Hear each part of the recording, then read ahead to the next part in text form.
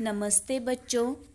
हम हिंदी का 10वां पाठ देख रहे थे, गणाधन। इस पाठ के पहले वीडियो में हमने देखा कि रामदीन और उनकी पत्नी ने अपने 4 आलसी बेटों को सबक सिखाने के लिए तीर्थयात्रा पर जाने का बहाना बना दिया था और उनके चारों बेटों भी मन ही मन खुश हो गए थे, क्योंकि उन्हें लगा जब माँ और पिताजी तीर्थयात्रा पर जाएंगे तब पिताजी का हम पर बंधन नहीं होगा, इसलिए वह खुश थे। आगे देखेंगे हम क्या होता है।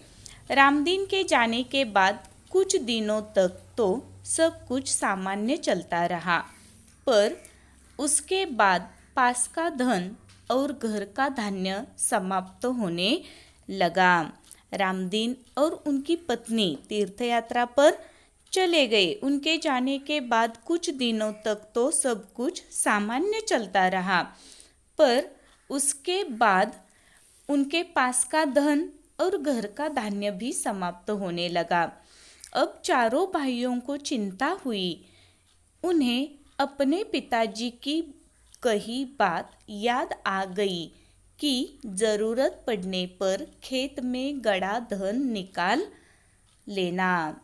अब चारों भाइयों को चिंता हुई कि अब क्या करें, और उन्हें अपने पिताजी की कही बात याद आ गई। कौन सी बात?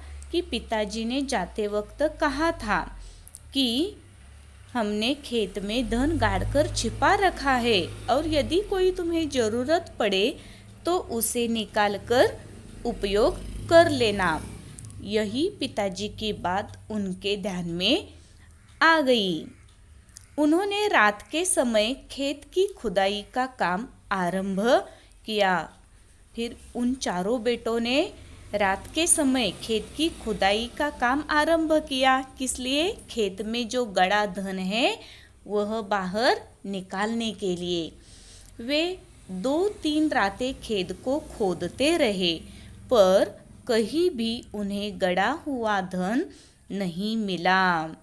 वे चारों बेटे 2-3 रातें खेत को खोदते रहे, पर कहीं भी उन्हें गड़ा हुआ धन नहीं मिला। रात भर के परिश्रम से वे बहुत थक गए थे और रात भर परिश्रम करते करते वह बहुत ही थक गए थे। जब सुबह बहुत निराश और हताश होकर वे चारों अपने घर लौट रहे थे, तभी रामदीन के परम मित्र हरिनाथ ने पूछा।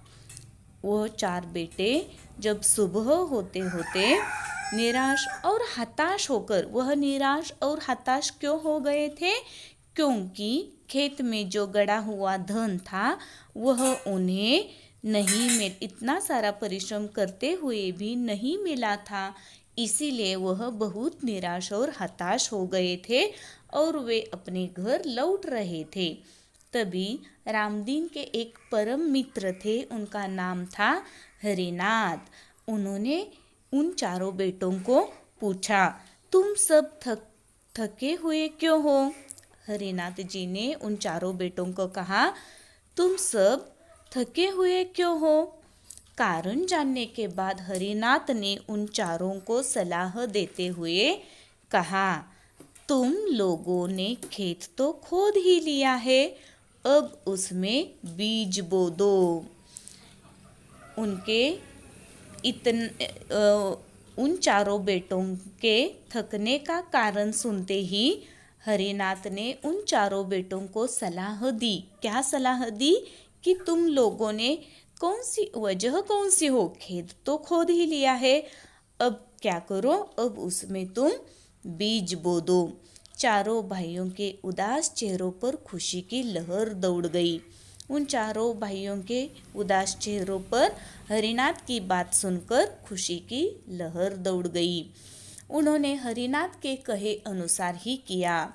उन चारों बेटों ने उनके पिताजी के जो परम मित्र थे हरिनाथ, उनके कहे के अनुसार उन खुदाई की हुई खेत में बीज बो दिए। खेत में नन्हे नन्हे अंकुर निकल आए। बीज बोने के बाद खेत में नन्हे नन्हे अंकुर निकल आए। उन चारों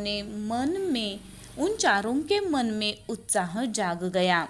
उन चारों बेटों के मन में उत्साह जाग गया। वे निराई गुड़ाई करने लगे। उन नन्हे नन्हे अंकुर की वह देखभाल करने लगे।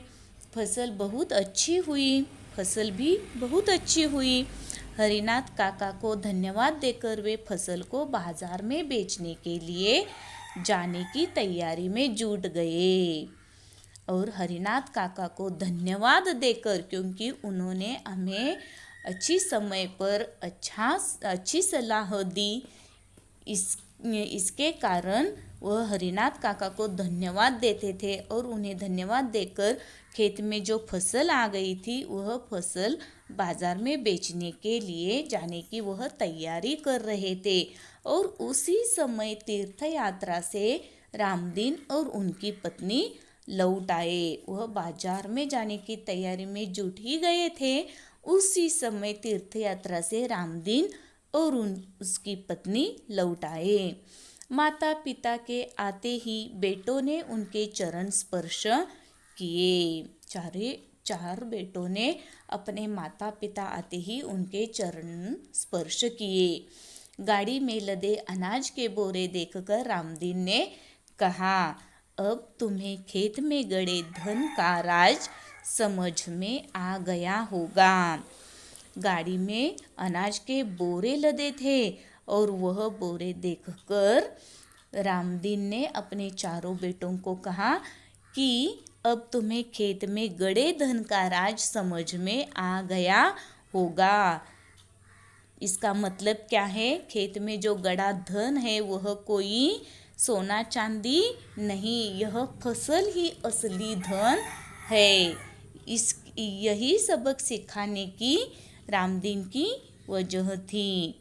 चारों ने सिर हिलाकर स्वीकार किया और कहा, हाँ पिताजी, अब हम यह भी समझ गए हैं कि जीवन में परिश्रम के बिना कुछ भी संभव नहीं है। चारों बेटों ने रामदीन की यह बात स्वीकार की और कहा, पिताजी, अब हम यह भी समझ गए हैं कि जीवन में परिश्रम के बिना कुछ भी संभव नहीं है। यदि हमें कोई कुछ संभव करना है तो उसके लिए हमें परिश्रम करना ही होगा। परिश्रम के बिना कुछ भी संभव नहीं है। परिश्रम से ही धन कमाया जा सकता है। अगर हमें धन कमाना है तो उसके लिए हमें परिश्रम करना ही होगा। यही सीख इन चारों बेटों ने सीखी। बच्चों, इस पाठ का जो स्वाध्याय है वह स्वाध्याय मैं आपको दे रही हूँ। वह स्वाध्याय तुम्हें अपने कॉपी में करके रखना है। नीम इस पाठ का स्वाध्याय भी मैंने नहीं दिया था, अब वह मैं दे रही हूँ। नीम कविता का स्वाध्याय भी तुम्हें अपने कॉपी में करके रखना है। धन्यवाद।